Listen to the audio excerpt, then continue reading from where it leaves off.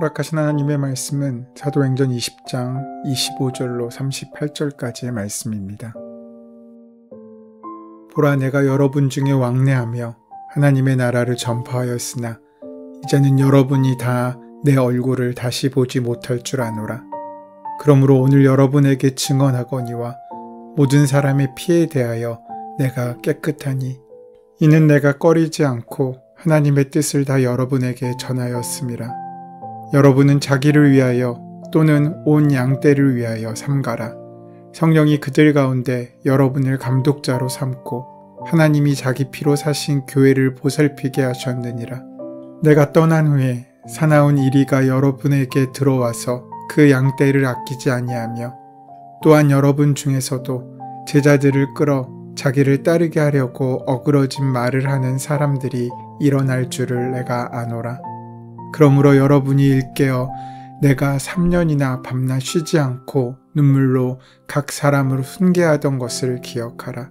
지금 내가 여러분을 주와 및 그 은혜의 말씀에 부탁하노니 그 말씀이 여러분을 능히 든든히 세우사 거룩하게 하심을 입은 모든 자 가운데 기업이 있게 하시리라. 내가 아무의 은이나 금이나 의복을 탐하지 아니하였고 여러분이 아는 바와 같이 이 손으로 나와 내 동행들이 쓰는 것을 충당하여 범사에 여러분에게 모범을 보여준 바와 같이 수고하여 약한 사람들을 돕고 또 주 예수께서 친히 말씀하신 바 주는 것이 받는 것보다 복이 있다 하심을 기억하여야 할지니라. 이 말을 한 후 무릎을 꿇고 그 모든 사람들과 함께 기도하니 다 크게 울며 바울의 목을 안고 입을 맞추고 다시 그 얼굴을 보지 못하리라 한 말로 말미암아 더욱 근심하고 배에까지 그를 전송하니라. 바울은 자신이 에베소에 머물면 많은 시간이 소요될 것을 알고 에베소의 장로들을 청하여 밀레도에서 잠시 만나기를 부탁하며 목회적 당부의 말씀을 전하게 됩니다. 바울은 예루살렘으로 가는 길이 결박과 환난의 길임을 에베소 장로들에게 이야기합니다. 그 표현을 보면 그 길을 가는 이유를 성령에 매여라고 고백합니다. 이는 바울 사도의 심령이 성령에 의해 이끌려가고 있는 상태임을 보여주고 있습니다. 사람은 무엇인가 그 마음 가운데 매여 따라가 살게 됩니다. 겉으로 보기에는 자유로운 인간처럼 보이지만 실은 그 마음에 어떤 지향성을 가지고 있는 것입니다. 세상의 성공에 눈먼 사람은 명예와 돈과 인기의 마음이 매여 있고 쾌락에 눈먼 사람들은 하룻밤의 즐거움에 자신의 마음이 매여 살아갑니다. 모든 사람이 그 무엇인가를 찾아 헤매는 인생을 살고 있는 것입니다. 여기서의 비극은 우리가 매여 있는 그것이 우리를 어디로 끌고 갈지 모르고 따라가는 인생이 너무 많다는 것입니다. 마치 도살장에 끌려가는 소처럼 어디로 가는지 알지 못하고 그저 습관적으로 죽음의 길을 향해 가고 있는 삶의 모습을 가지고 있는 사람들이 많은 것입니다. 그러나 오늘 바울 사도는 우리가 그렇게 꿈꾸고 바라던 모든 것을 배설물처럼 여기며 오직 주의 길을 갈 수 있었습니다. 그 이유는 그 마음이 성령에 매여 있었기 때문입니다. 바울은 자기가 예루살렘으로 가는 것은 성령에 매여가는 것이라고 말하고 있습니다. 그가 예루살렘으로 가는 것은 자기의 뜻대로가 아니라 성령의 강권적 인도하심을 따른 것이었습니다. 그렇기 때문에 그곳에서 무슨 일을 당할지 모르지만 아는 것이 있다면 결박과 환난이 그를 기다리고 있다는 것밖에 없었지만 주저하지 않고 예루살렘으로 가는 길을 갈 수 있었던 것입니다. 성령님께서 강하게 사로잡혀서 가는데 무슨 일을 당해도 그는 그 길을 감당할 수 있는 힘과 능력을 얻고 만날 수 있게 된다는 것입니다. 우리가 오해하는 것이 있습니다. 그것은 성령님이 인도하시면 우리가 갈 길을 다 알게 될 것이라는 착각입니다. 우리는 성령 충만하면 앞으로 우리에게 무슨 일이 일어날지 다 알 수 있을 거라 생각합니다. 그러나 성령 충만은 그런 것을 의미하는 것이 아닙니다. 성령님께서는 우리를 하나님의 뜻대로 인도하시고 하나님의 뜻을 행할 수 있도록 준비시키시고 또 무장시키십니다. 장차 무슨 일이 일어날지를 아는 것이 중요한 것이 아니라 무슨 일이 있더라도 순종하며 그 사명을 감당할 힘을 하나님께로부터 얻게 되는 것이 더 중요하다는 것입니다. 성령님께 강하게 사로잡힘을 받아 성령 충만하여 예루살렘으로 가고 있는 바울 사도는 자신이 예루살렘에 가면 결박과 환난을 당하게 될 것을 이미 알고 있었습니다. 그러나 그는 이것을 피하려 하지 않았고 감당할 각오가 되어 있었습니다. 그는 이렇게 고백합니다. 오직 성령이 각성에서 내게 증언하여 결박과 환난이 나를 기다린다 하시나 내가 달려갈 길과 주 예수께 받은 사명 곧 하나님의 은혜의 복음을 증언하는 일을 마치려 하면은 나의 생명조차 조금도 귀한 것으로 여기지 아니하노라. 오늘 본문 23절 24절의 말씀입니다. 바울은 이미 그렇게 주님께 온전히 헌신한 사람이었습니다. 그러므로 어떤 일, 무슨 일을 만나도 상관이 없었습니다. 사는 것과 죽는 것, 그것이 그의 선택을 좌우할 수 없었습니다. 그러면 그 무엇도 두렵지 않게 될 수 있습니다. 이런 사람은 세상이 감당하지 못합니다. 또 하나님께서는 이렇게 세상이 감당하지 못할 믿음의 사람을 사용하십니다. 바울 사도는 비록 그 가는 길은 결박과 환난이 기다리고 있을지라도 자신을 메어 끌고 가시는 분이 믿을 만한 분이시기에 가이드 대신 성령님의 인도하심에 자신을 믿고 온전히 맡길 수 있었습니다. 그래서 본문에 예루살렘으로 가서 무슨 일을 당할지 알지 못하는 불확실함에 대한 두려움도 극복할 수 있었다는 것입니다. 자신을 이끌어 가시는 분을 신뢰하였기 때문입니다.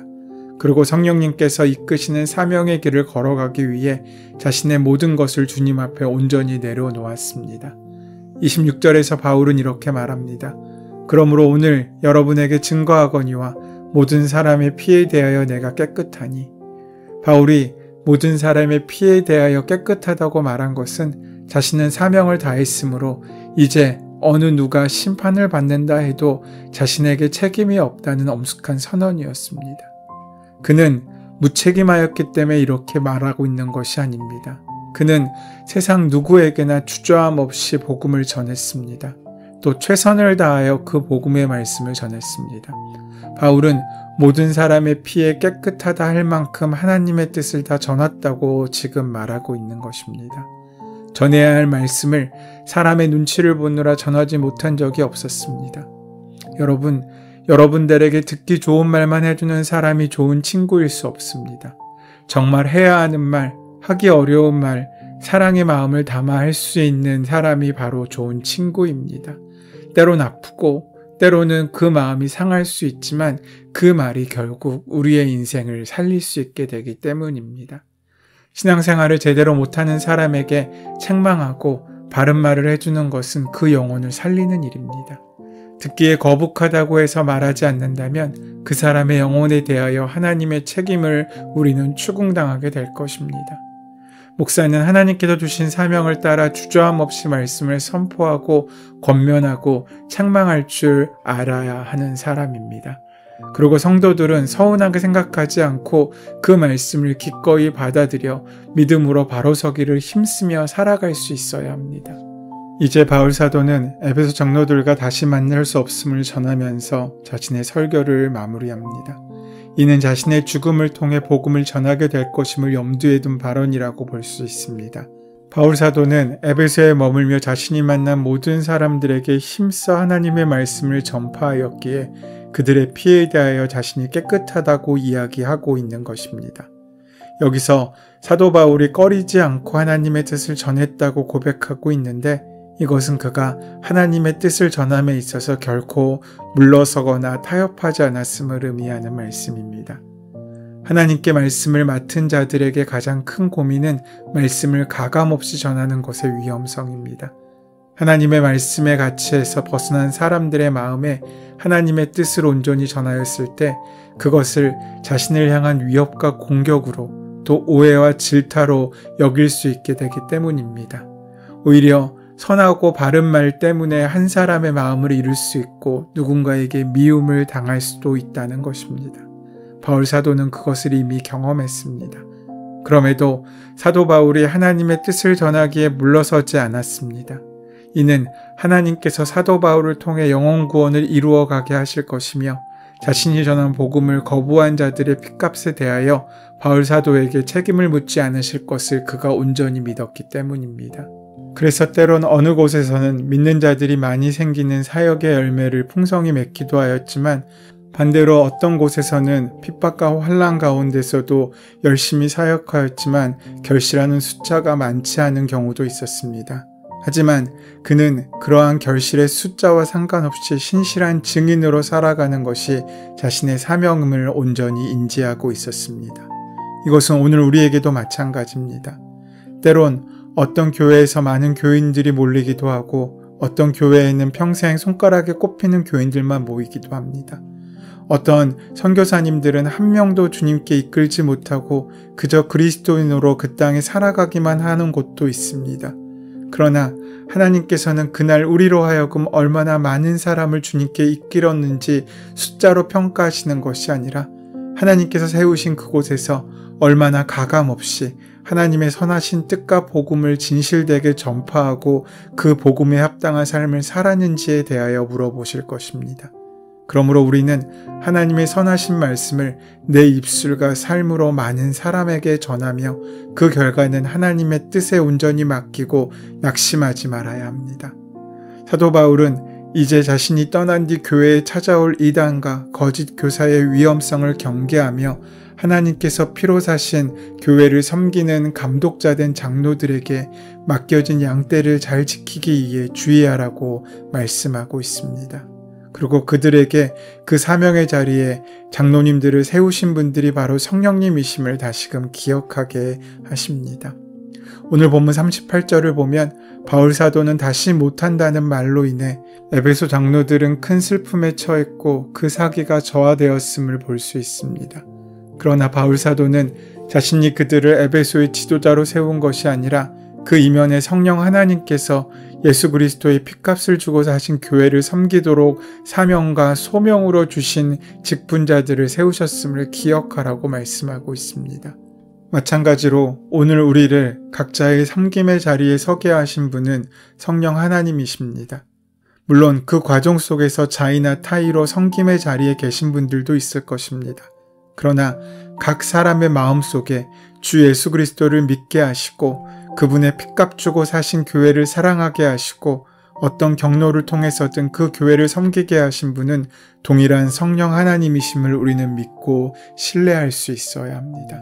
지금 우리에게 허락된 복음의 역사는 사도 바울처럼 자신이 복음을 전하기 위해 수고와 생명을 건 삶의 도전, 죽음에까지 이르는 고난의 역사를 마대하지 않고 그 사명을 가지고 복음을 증거한 믿음의 선배들을 통해서 가능한 일이었습니다. 이처럼 본이 되는 복음 전도자는 세상을 감동시킵니다. 바울의 사역은 그렇게 교회와 세상의 본이 되었습니다. 그는 권위적이거나 강압적이지 않았고 철저히 겸손과 눈물로 다가가 친히 하나님 사랑의 모본으로 그 삶을 살았습니다. 때로는 젖을 먹이면서 그들과 기쁨과 슬픔을 함께 했습니다. 바울은 사역 가운데 탐욕을 부리지 않고 자족하며 필요를 직접 충당한 자비량 선교사였습니다. 예수님의 말씀처럼 사람들에게 받기보다는 주기를 즐겨하는 목회자였던 것입니다. 바울의 진솔한 고백과 권면에 장로들은 크게 감동하고 울며 바울을 끌어안게 됩니다. 바울은 그들과 교회를 주의 은혜의 말씀에 부탁합니다. 주님이 교회의 머리가 되시고 말씀으로 교회를 거룩하게 하시며 가장 안전하게 인도하시기 때문입니다. 바울의 신앙과 사역은 교회뿐만 아니라 세상에도 그렇게 감동을 줍니다. 우리가 살아가다 보면 인생에는 반드시 어려움이 있습니다. 예수를 안 믿어도 어려움이 있습니다. 그런데 예수를 믿고 신앙의 길로 걸어가면 바울처럼 부딪혀야 할 대가가 더해지게 됩니다. 신앙생활을 하기에 더 큰 어려움과 문제를 만나는 경우가 더 많다는 것입니다. 하지만 그때가 도망치거나 회피할 때가 아니라 정면으로 돌파할 때이고 기도함으로 힘을 얻을 때임을 기억하시기 바랍니다. 그렇게 예수님을 온전히 믿으면서 부딪히는 역사 속에서 하나님을 사랑하면 하나님께서는 우리의 인생 가운데 새로운 미래를 열어주실 것입니다. 그 귀한 미래가 우리의 삶을 이끌어가게 될 때 우리의 삶의 역사 가운데 하나님의 영광의 열매들이 맺어지고 만나지게 될 것입니다. 내가 작고 부족하고 내가 어떤 배움이 있고 그것과는 상관없이 주님의 말씀에 온전히 믿고 순종하는 삶 가운데 하나님께서 허락하신 귀한 은혜가 함께 하실 줄 믿습니다. 그 믿음으로 귀하게 살아가는 복된 하루를 여시게 되기를 소원하고 축원합니다. 은혜의 주님, 말씀대로 살아 거룩함을 이뤄가도록 도와주시고 함께하여 주시옵소서. 섬김어 나누는 그리스도인이 될 수 있도록 우리 안에 사랑과 긍휼의 마음을 넘치도록 부어주시옵소서. 예수님의 이름으로 기도드립니다. 아멘. 이제 오늘 이 아침 우리에게 허락하신 본문의 말씀이 오늘 나에게 주시는 말씀으로 만나지기 위하여 본문의 말씀을 깊이 묵상하시고 함께 기도하는 시간 가지도록 하겠습니다. 함께 기도합니다.